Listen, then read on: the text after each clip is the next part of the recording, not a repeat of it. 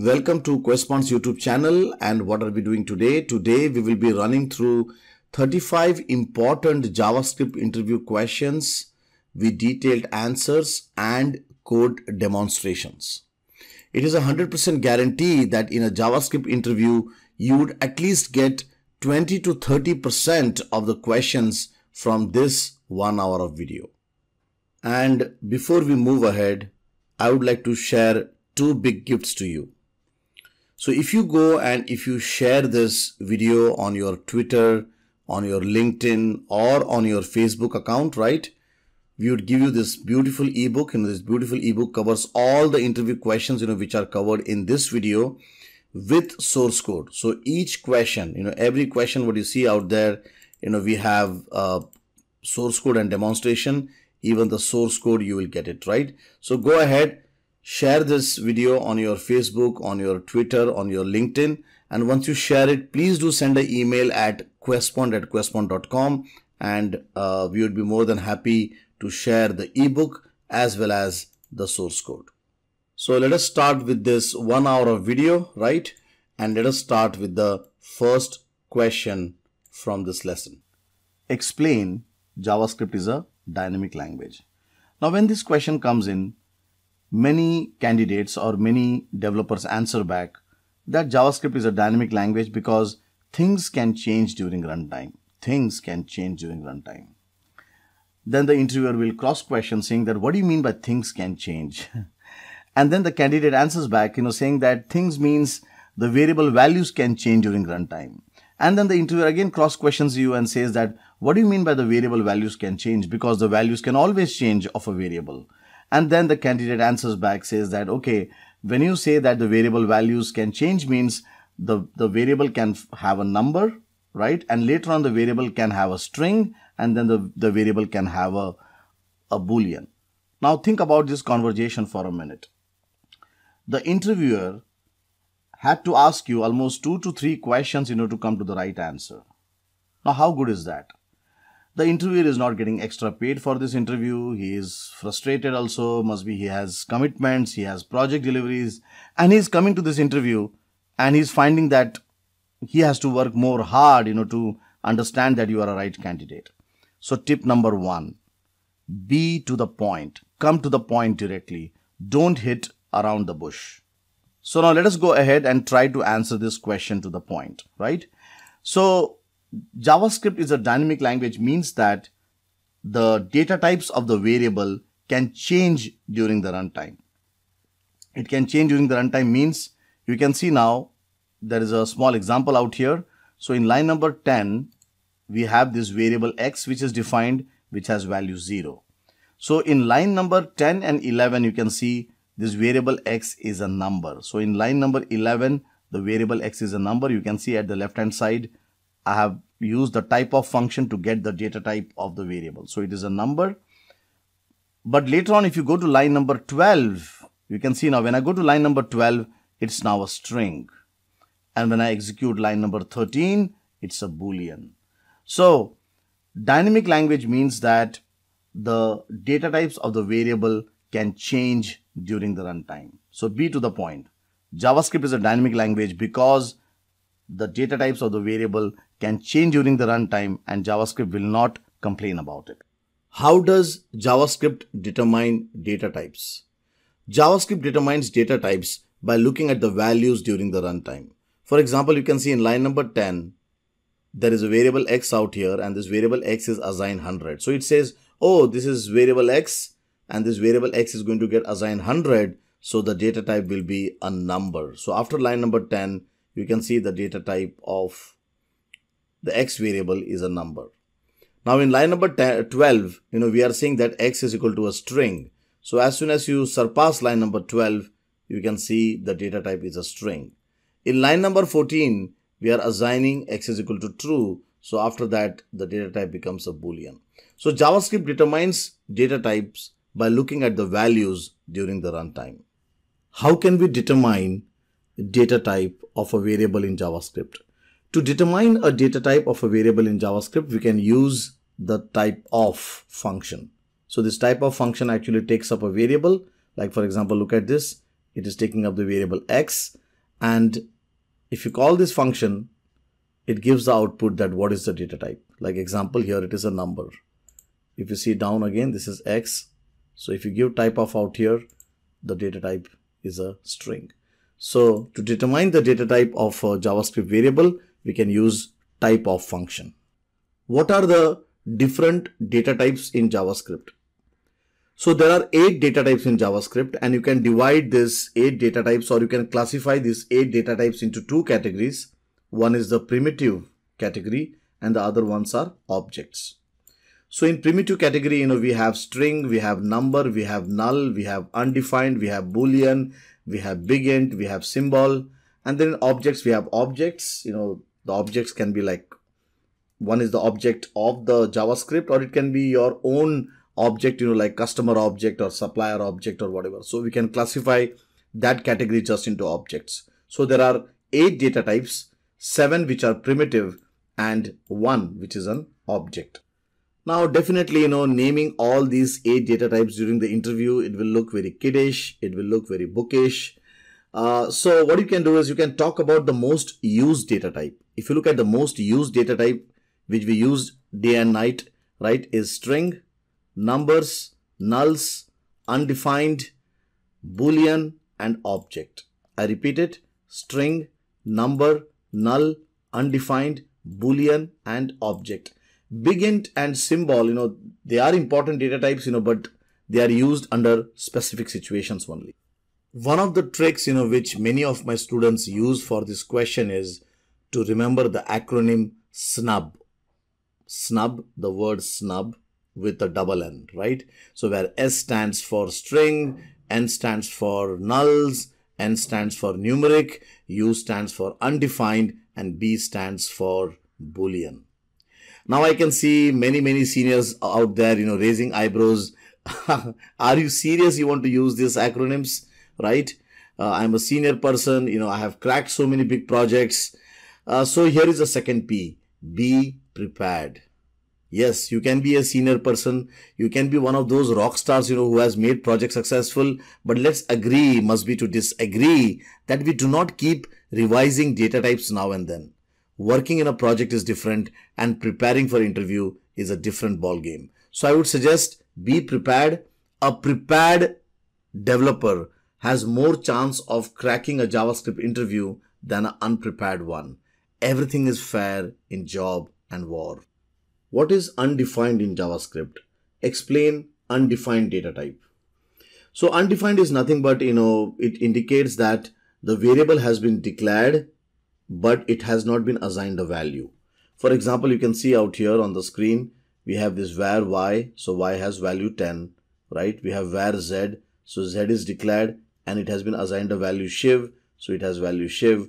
But look at line number 12, where we have declared var x, but we have not assigned any value. So if you move your mouse, you will see it is undefined. So undefined is a data type which indicates that the variable has been declared, but the variable has not been initialized. It has not been assigned any value. What is null? Null is a data type which indicates intentional absence of data. Null means it is not an empty string. So when you assign a null value, it means it is not an empty string. It is not 0. It is null.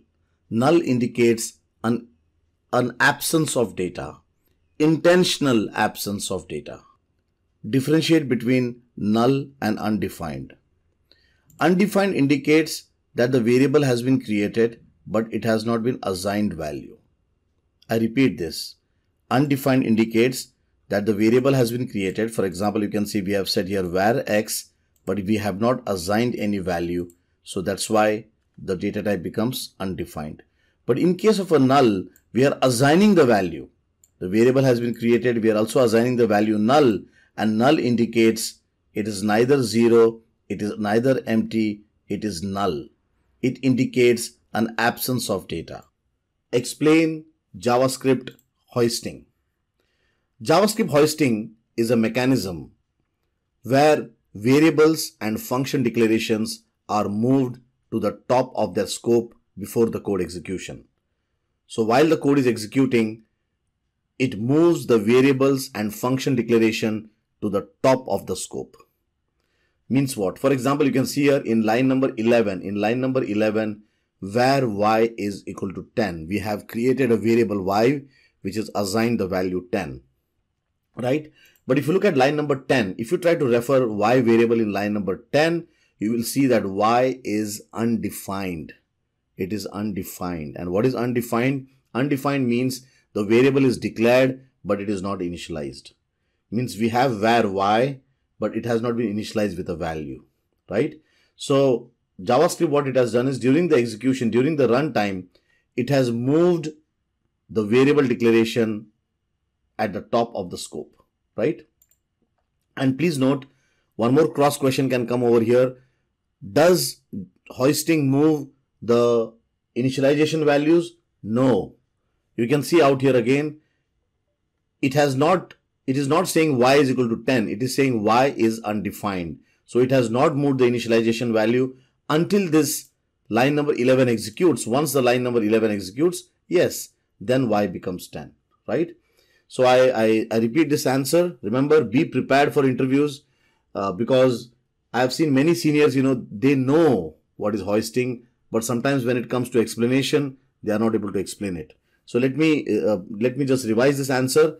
Hoisting is a JavaScript mechanism where variable declaration is moved to the top of their scope before the code executes. Explain global variables. Global variables are those variables which are accessible throughout the web page or throughout the document. For example, you can see on the screen, I have created a global variable called as x. So this x will be accessible throughout this web page, throughout this HTML document, and also it will be accessible inside any function.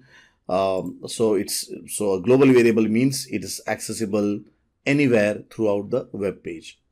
Now the problem with global variables is that it can make your application very hard to debug and buggy. So for example, think about it. You have a global variable here like x, and it is getting manipulated through many functions. It is getting manipulated from many places, and on the top of it, JavaScript is async. So that's why it becomes very hard to debug, and it can make your application very buggy. What happens when you declare a variable without the var keyword? What is the implication of declaring a variable without the var keyword? When you declare a variable without the var keyword, the variable becomes global. For example, you can see here I have this function fun1, and I am actually assigning this value y equal to 100, and I'm not using the var keyword. So what will happen now?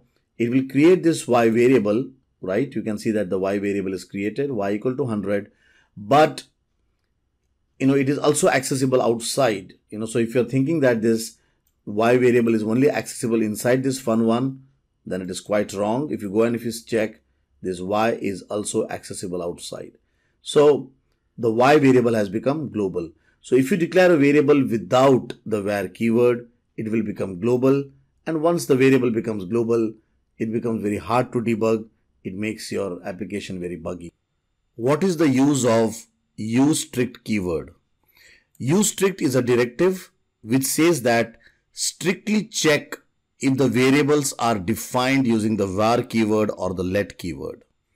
I repeat the answer. useStrict, when you define useStrict at the top, it strictly checks if the variable is defined using the var keyword.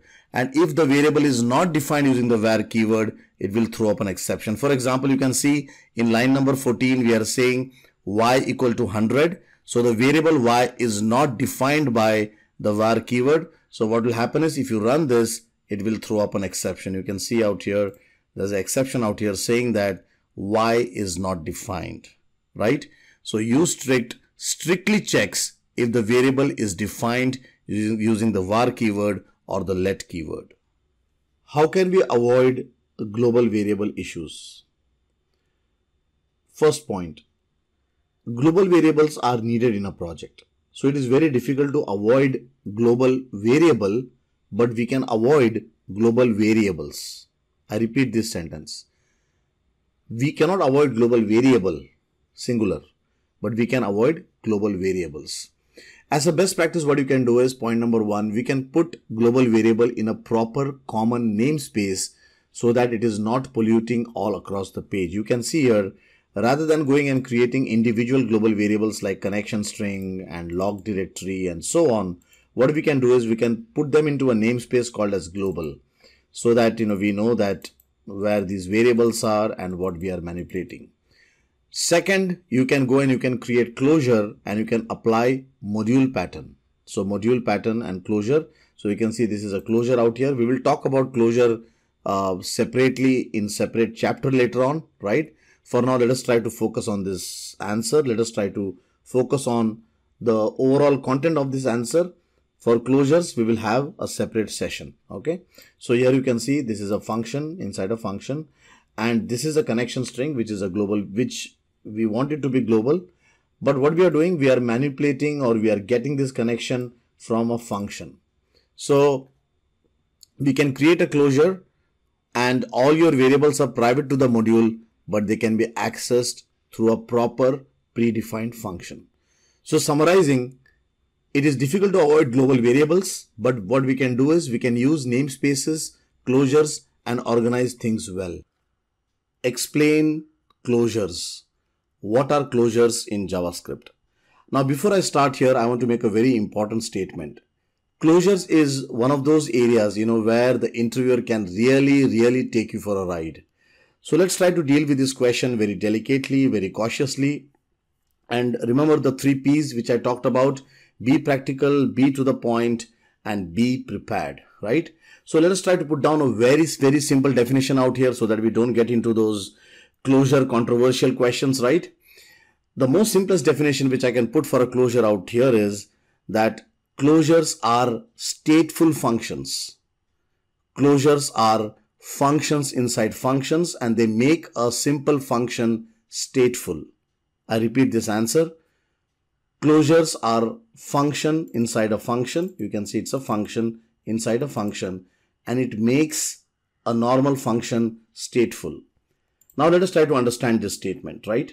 So you can see here we have 2 functions. One is a very simple function and another one is a closure. So you can see the way we write closure, we have a function inside a function, and this function is exposed in the return out here, right? Now when we call a simple function, you can see I'm making a call to a simple function out here. The state is, it is stateless. The state is not remembered. You can see it executes this where x is equal to 0, it makes it 1, and after that the stack is cleared, the memory is cleared. Now when you make a second call, for example, I'm making a second call out here to the simple function, you can see again x starts with 0, right? But in case of a closure, now look at this is a closure. In case of a closure, I can hold a reference. I can hold a reference to it, and I can say that no, don't let go these memory variables. That makes the function stateful. So you can see here, this is a closure function out here, and it is exposing out an increment function. And this increment function, what it does is it increments the variable, right? So you can see now I have holded a reference. You can see I'm holding a reference to the closure, right? And now if I go and make a call, so this x becomes 1, and because my reference has still not been released, and if I again make a call, you will see that the value is remembered, and now x is equal to 2. So here now the function has become stateful. So putting down in very simple words so that we don't get into those controversial questions of closure. Closure is a function inside a function, and it makes a function stateful. It makes a function stateful. The next connected question which will come around is, what is the need of closure? What is the use of closure? The only one goal of closure is to create self-contained functions, to create self-contained code, to create self-contained module. And when you create something self-contained, you have a self-contained state. And when you have a self-contained state, that means you are avoiding global variables. Remember, I discussed about the problems of global variables, how it makes your code messy. So one of the biggest benefit of closures is that it helps you to avoid global variables, it creates self-contained functions and self-contained state. So you can see here, this is the closure function, right? And you have this var x. Now this var x is only available within this function, right? And if you want to go and manipulate this var x, then you have to manipulate via the functions of the closure. For example, you can see by calling increment, you can go and you can increment x. If you want to get the value, you will use this function get x value to get the value, right? There is no other way you can go and you can manipulate this variable. So you can see that now we are creating self-contained code. The other big benefit also of closure is that it helps you to expose only what you want. Because when you say self-contained functions, right, you want to have control saying that, see, I want to make only these methods public. So you can see here, we have three functions here, increment, get x value and init. Increment and get x value is made public. So you can see in the return, I'm saying that yes, anybody from outside can call the increment and get x value, but you cannot call init. In the return, I have not exposed out init. So this is again one of the biggest benefit of functions, of closures. Abstraction, show only what is needed to the external world, right? So this init is called from the function, right? But it is not available outside. So you can see out here, if you see this code, if we try to run this, so I'm going to go and, so you can see now increment. So this is the closure. This is the var x. Now if you want to go and change var x, it is only via the increment function, right? If you want to go and get the value, it is only via this get x value. You can see here get x value, right? And we get that in the alert. I have incremented twice, so that's why it is saying 2. Now this init function is private to the closure. You can see this init function is private to the closure because I have not specified it in the return. So what will happen is when I try to make a call out here, I'm expecting an exception. So if I make a call here, you can see init is not a function, right? So by using closures, you can write better code. You can create self-contained functions, self-contained state. Now in the interview, right? Let's try to put that one sentence before the interviewer, right? So that, we don't try to talk about the whole story here. So closures are useful to create self-contained code, self-contained functions that leads to a self-contained state, and we avoid global variables. What is IIFE? Explain IIFE. IIFE stands for immediately invoked function expression. IIFE stands for immediately invoked function expression.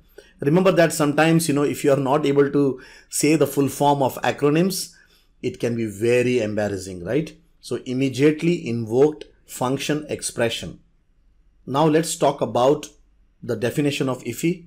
So IIFE is nothing but it is an anonymous function. So anonymous function means it does not have a name and it gets immediately invoked. It is self-invoking.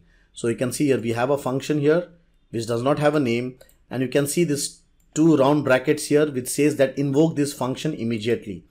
So the way we write IIFE, function without the name, curly bracket start, curly bracket end, and then a round bracket saying that we have to immediately invoke it. So you can see here, as soon as this function is created, it gets invoked. You can see that alert out there, it gets invoked. And the second thing about IIFE is that any kind of variable we use inside IIFE, it is local to that function, to that anonymous function. So you can see this y variable was local. It won't be accessible out here. So the y variable does not spill out as a global variable. So you will get an error out here. So you can see the error in the console. If you see very quickly, if I just run this, you can see out here, y is not defined, right? So putting the whole answer together, IIFE is an anonymous function which gets invoked immediately, and any kind of variable we create inside IIFE is local to IIFE. In this section, we will try to answer 3 questions. What is the use of IIFE? What is name collision? And how a normal function is different from a IIFE? Now, all of these three questions are connected and can come in different forms during the JavaScript interview. So let us first start with name collision, because I feel that this is the root cause of all the three questions answer, right?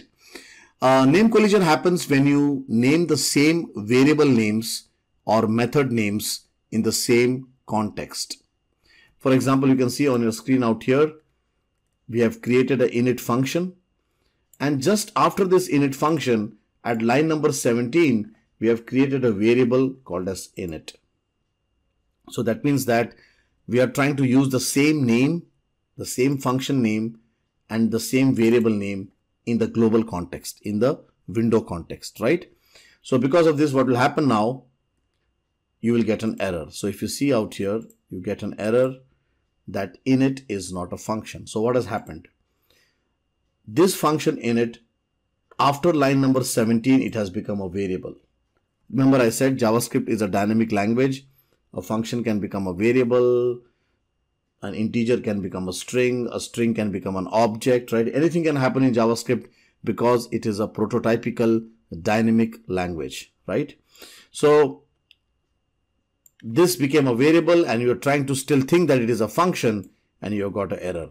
So name collision happens when you have the same variable names or method names in the same context defined. And this is the one of the sole reasons, why IIFE exists. IIFE solves the name collision problem. So what is the use of IIFE? It solves this name collision problem.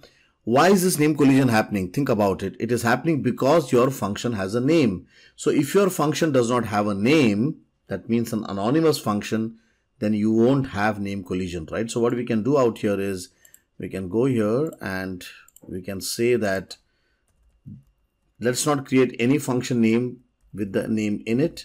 So we'll just say create an anonymous function and write our initialization code in this, right?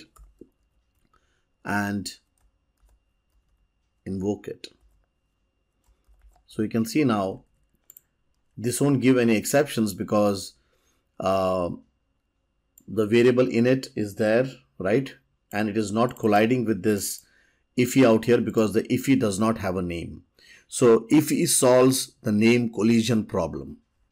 Now, one of the cross question which is always asked around IIFE is that what is the difference between a normal function versus an IIFE? Means if I go and if I create a function init like this, right? And I call it, how it is so different from this. As we have seen in this demo, right? The time you create a function with a name, you can have a name collision, right? So when you create a function with a name, you can have a name collision, but while in case of IIFE, you will not have a name collision. And that is the only big purpose of IIFE, to not have a name, to not have a name collision. Explain design patterns, what are design patterns, and which is the most used design pattern in JavaScript. Design patterns are time-tested solutions. For example, if you want to go and create a single instance of an object, you can use singleton pattern. If you want to minimize chatty object messaging, we can try for mediator pattern and so on. So design patterns are time-tested solutions. Now, in detailed discussion of design pattern is definitely out of scope in this video. But I would advise to check my architecture interview questions, where I've explained in more detail on how to answer architecture questions, right? Now, which is the most used design pattern in JavaScript? Well, the most used one, and which every interviewer wants to hear, is the module design pattern or the module revealing pattern. Module pattern is the most used design pattern in the JavaScript community, and it helps in two ways. Point number one, it helps you to create self-contained independent components, modules, namespaces that helps in loose coupling and well-structured code. So that is the first point. And the second important point is module pattern provides encapsulation, means we can control what you want to make public and what not. So two things. First one, self-contained independent components, and second one, it provides great encapsulation. So let us try to understand both of these points from this code out here, because what I feel is that when you go for a JavaScript interview, this design pattern is one of the most asked one, And I'm sure that if you don't see the code right, it would be very difficult for you to explain the interviewer what exactly module pattern means. Module design pattern is a combination of IIFE and closures. IIFE helps for creating logical namespaces, which further organizes your code and makes it structured and organized, while closures helps for implementing good encapsulation. So through encapsulation, we can control what is to be shown and what is to be hidden. You can see out here we have a sample code. So by IIFE, we can go and we can create logical namespaces, right? So here you can see on the code out here, we have customer functionality and we have supplier functionality. So by using IIFE, I can now create a namespace, wherein I can put the customer. So what I can do is I can go and I can say here where cust namespace, and by using an IIFE, I can just go and create a namespace out here. So you can see here by using an IIFE, I have created a logical namespace. In the same way, what I can do is I can do the same for supplier as well, right? So for supplier, I can go and I can say this is the supplier namespace. And so you can see here we have two namespaces, logical namespaces, customer namespace and supplier namespace right now. And the customer has all the customer functionality, while the supplier has all the supplier functionality, right? Now, by using closures, we can reveal or we can show only what we want. For example, you can see we have customer and invoices. So customer and customer invoices, we want to expose that, but we don't want to expose customer validation. Customer validation is used by customer and customer invoices functions to do validation. So this we don't want to expose, but we want to go and expose both of this out, right? So for that, what you can do is you can say return, and you can say here expose out customer and expose out customer invoices. So that's why it is also termed as revealing pattern. Why? Because you are revealing what you want, right? So you can see by using IIFE, immediately invoked function expression, we are creating namespaces, while by using closures, we are exposing what we want. We are encapsulating, things which are complicated. So module design pattern or module revealing design pattern is a combination of immediately invoked function expression and closures. And we get two big advantages. One is logical grouping, better structured code, and second one is good encapsulation. We can control what to be shown and what to be hidden. So we can now go and say that from the cust namespace, go and create an object of customer. This will work, right? So if you try to run this, you can see that there is no problem, right? But if you go now and if you try to create the object of customer validation, it will not work. So you will see that we have an exception out here. There is nothing called as customer validation. Why? Because it is now internal. So remember, in the interview, when somebody will ask you about closure, two things should come out.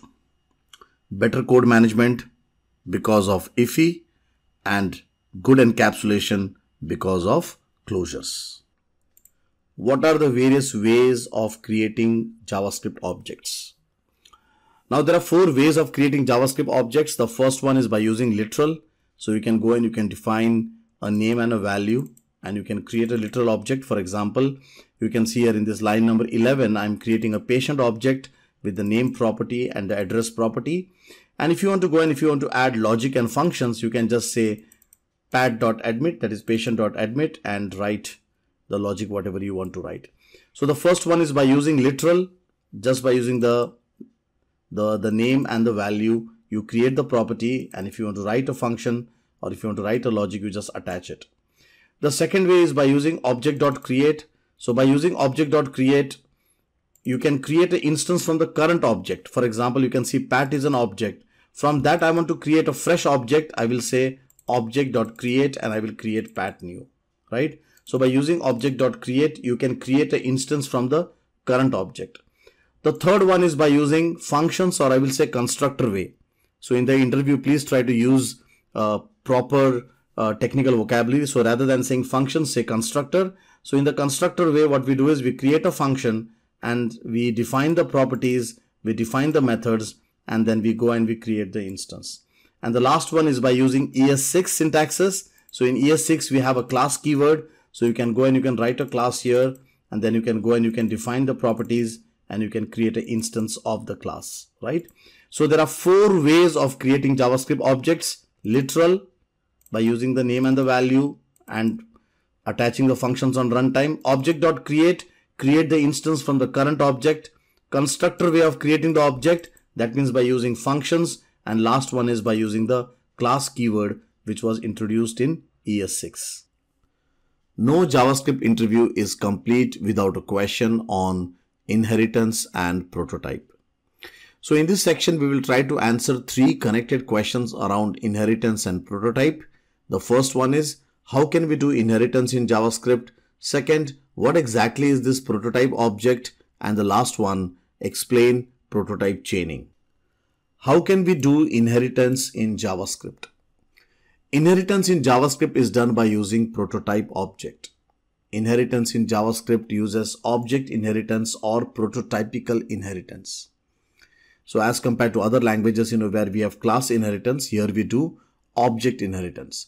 Now this is a very important statement, and I feel that every JavaScript interviewer likes to hear this statement, right? So just make sure that you actually send a message to the interviewer that yes, you know that inheritance in JavaScript happens through the prototype object, and inheritance is object based. It is object inheritance and not class inheritance as compared to other programming languages where we have a class keyword.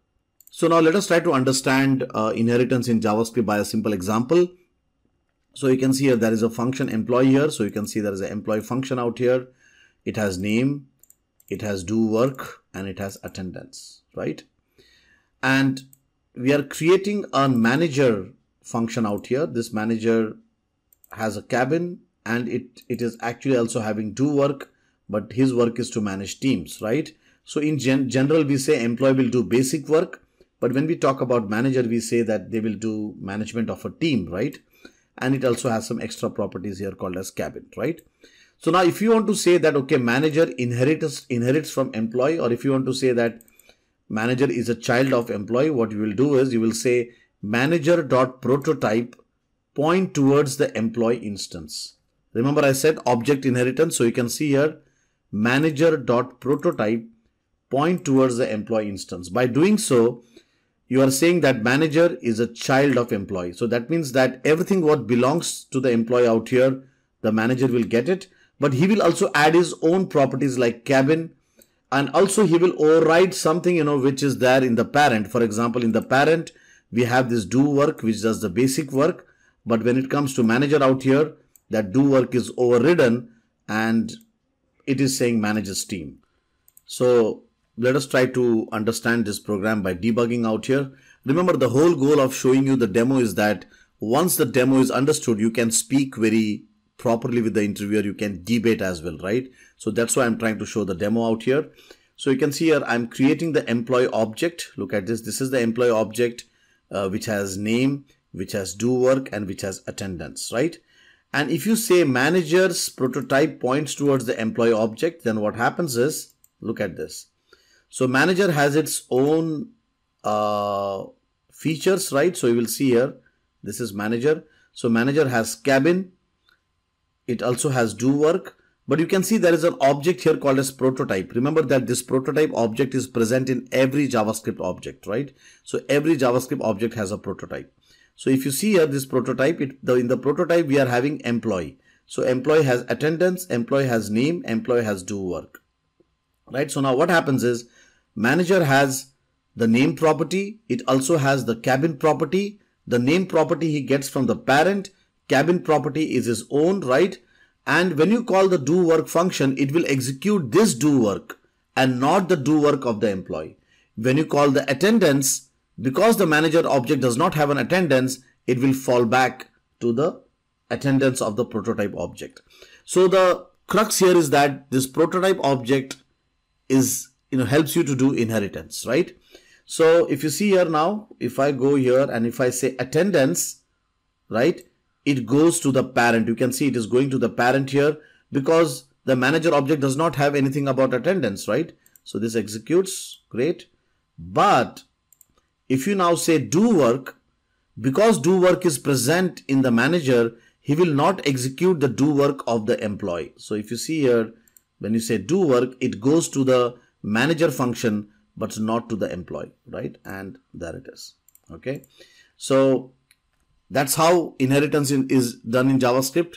It is done by using object inheritance. It is done by using prototype object. So the employee object was assigned to the prototype object of manager, and that's what made manager as the child of the employee. One of the other debates or discussions which happens during JavaScript interview is around the prototype object. So let us try to see how we can solidify our debate around the same. So point number one, every JavaScript object has a prototype object. So when you create a JavaScript literal object or when you create a JavaScript constructor object, it will have a prototype object internally. It is an inbuilt thing, given by JavaScript. So you can see here, I have created the employee object out here. This employee has a prototype object. If you create the manager object, it will also have a prototype object. Point number two, prototype object works like a linked list. So basically what happens is when you say that this is the employee object and it is pointing towards the prototype object of manager, towards the prototype object of this manager object. So what happens now? This is the manager object out here, you can see, and the manager object has now a linked list object of employee. So what happens? Let us say that if you go and if you call the name property on the manager, right? So the manager does not have the name property. So what it will do, it will say that, okay, the manager does not have the name property. It will go up the prototype chain and it will say, okay, do you have the name property? Then the employee object says, yes, I have the name property, and it is used. For example, now let us look at cabin. If you see cabin, right, it says, okay, cabin, it is available out here. He will not go up the prototype chain. Look at do work. The employee also has do work and the manager also has do work. So first the do work will be searched inside the manager object. If he gets it, he will not go to the prototype object. And if there are any function, for example, let us say if I put here one function called as function 1. So if the function 1 is not available inside manager, first it will try to search the function 1 inside manager. If he does not get, he goes to the top level object, employee, prototype. He does not get. Then he goes to the employee's prototype object. And there also he does not get it. You can see the employee also has a prototype object. There also he does not get it. It will throw up an exception. So basically this prototype object works like a linked list. That's why it is termed as prototype chaining. Prototype chaining. So it will first try to search that property or the function in the current object.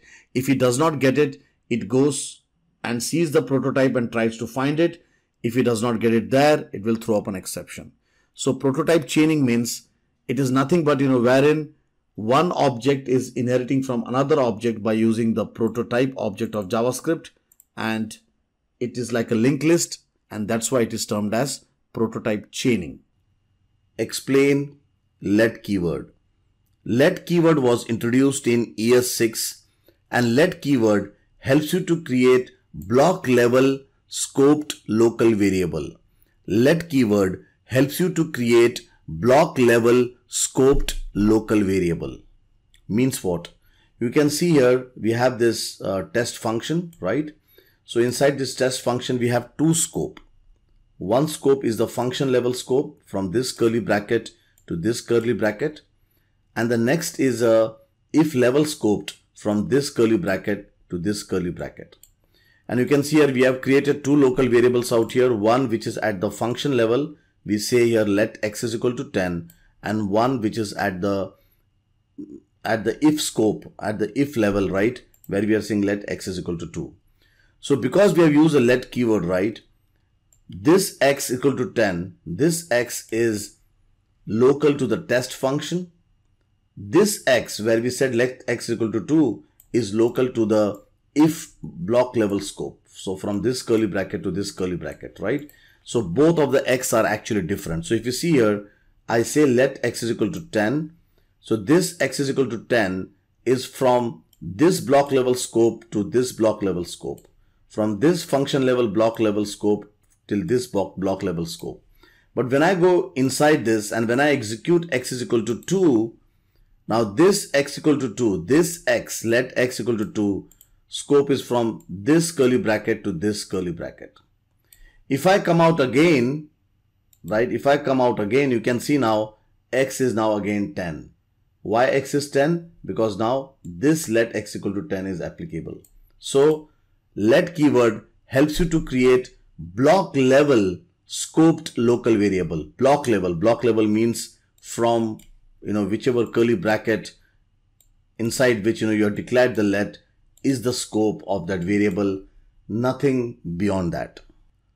Are variables with the let keyword hoisted?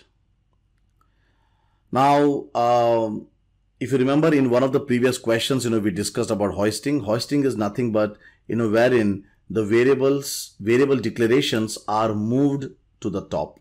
So if you see here down at line 13, we have var y equal to 10.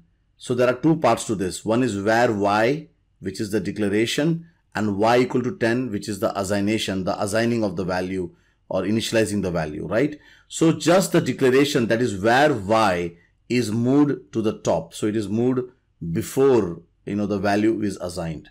So if you try to now access this value y out here, it comes undefined. So by default, what happens in var, the value of y is assigned undefined. It is assigned undefined. Please understand, undefined is a kind of a value.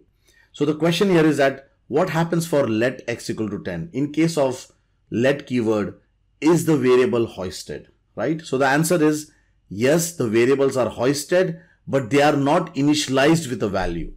Please note, for var y, the y is initialized with a value undefined. After line number 13, the y will get a value 10. So in case of var, what happens?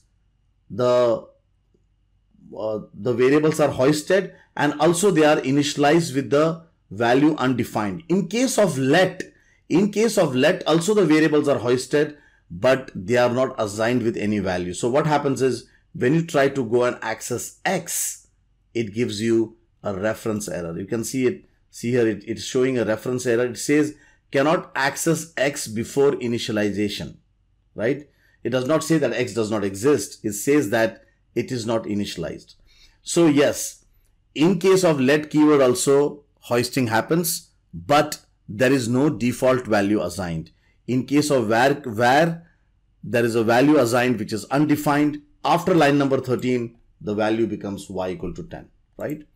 So repeating the answer, in let also we do have hoisting, but the value is not assigned. So you will get an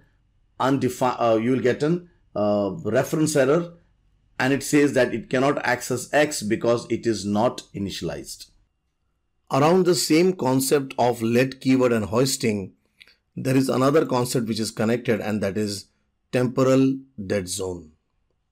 It is very much possible that interviewer can ask this question as a connected question to the let keyword hoisting. So let us try to answer this question. Temporal dead zone is the period, or it is a state of a variable when the variables are named into the memory. So they have a name assigned to the memory, but they are not declared and initialized with a value. I repeat the answer.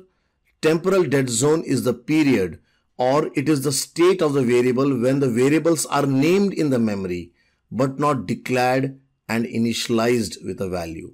And during this period, if you try to access the variable, you will get an error. So here is the sample code which I'm running.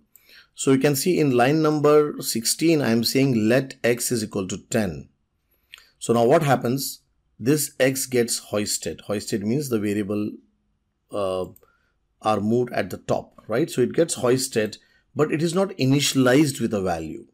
So when I try to access this x, before this statement of before this statement at line number 16, I will get an exception. So if you see here, I get an exception out here.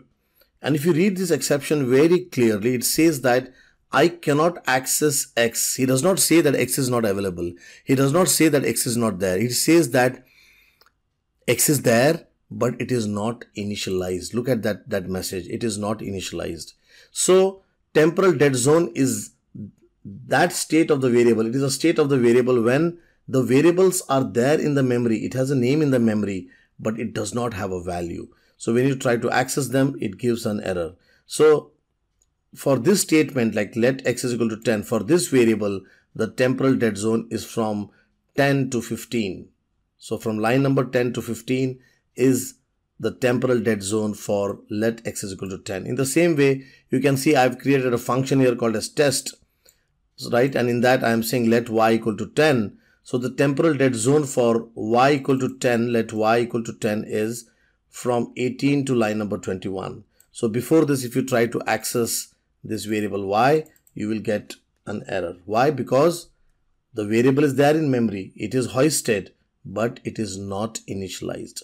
So temporal dead zone is nothing but it is that section, it is that time, when the variables are named in the memory, but they are not initialized. And it's a good feature, because what's the point of accessing a variable which is not initialized with a value? It can lead to a buggy code. What's the difference between declaring variables by using let versus declaring variables by using var?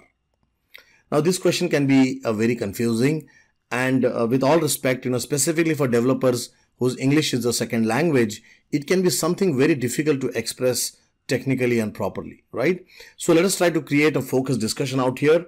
So I feel personally that two big differences should come out, or rather I will say every interviewer at least expects two big differences. The first one is the way scoping rules are in var, and the second one is the way variable initialization happens between var and let. So first difference is around the scoping rules, and the second difference is around the way variables are initialized and declared. So let's first start with scoping rules. Variables declared by var keyword are scoped to the immediate function body. Variables declared by the var keyword are scoped to the immediate function body, while let keywords are scoped to the immediate enclosing block, right? Or it is more block scope, right? So let me try to explain this. So first thing, when you say a block, what does a block means? A block means that when you start the curly bracket and when you end the curly bracket. So this is a block. So you can see in our code out here, there is one block which is this, the if condition block.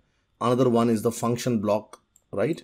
So the start of the curly bracket and the end of the curly bracket, the respective curly bracket start and end is one block. So when it comes to let keyword is very, very strict. It is the variables of let keyword are scoped to the immediate enclosing block. Means what? For example, look at this line number 14 out here.